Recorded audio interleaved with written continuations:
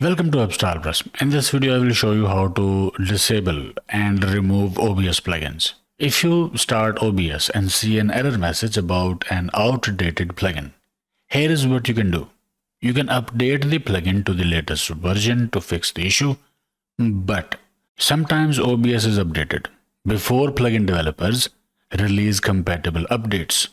In that case, you will need to remove the outdated plugin until an updated version becomes available. So, how to disable and remove the OBS plugin in that case? To do that, from OBS Studio, click Tools, select Plugin Manager, click Installed, uncheck plugins that are creating issues from here.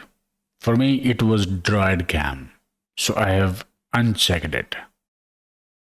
Then close OBS Studio and delete the plugins matching .dll and .pdb files. To do that, go to this location.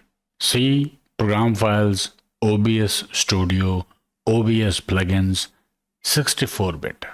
Here, search DroidCam. As you can see, I've got these files, droidcam-obs.dll and droidcam-obs.pdb. For me, DroidCam was a problem. So I see these two files for DroidCam here.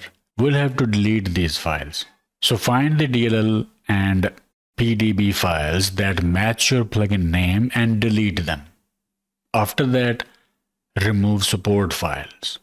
To do that, go to C Program Files OBS Studio at this location, and from here, Data, then OBS Plugins, droidcam-obs. I'll delete this folder as well. So delete any folders matching the plugin name. If you're using Mac, go to Library, Application Support, OBS Studio, and then Plugins. Drag the plugin folder into the trash bin.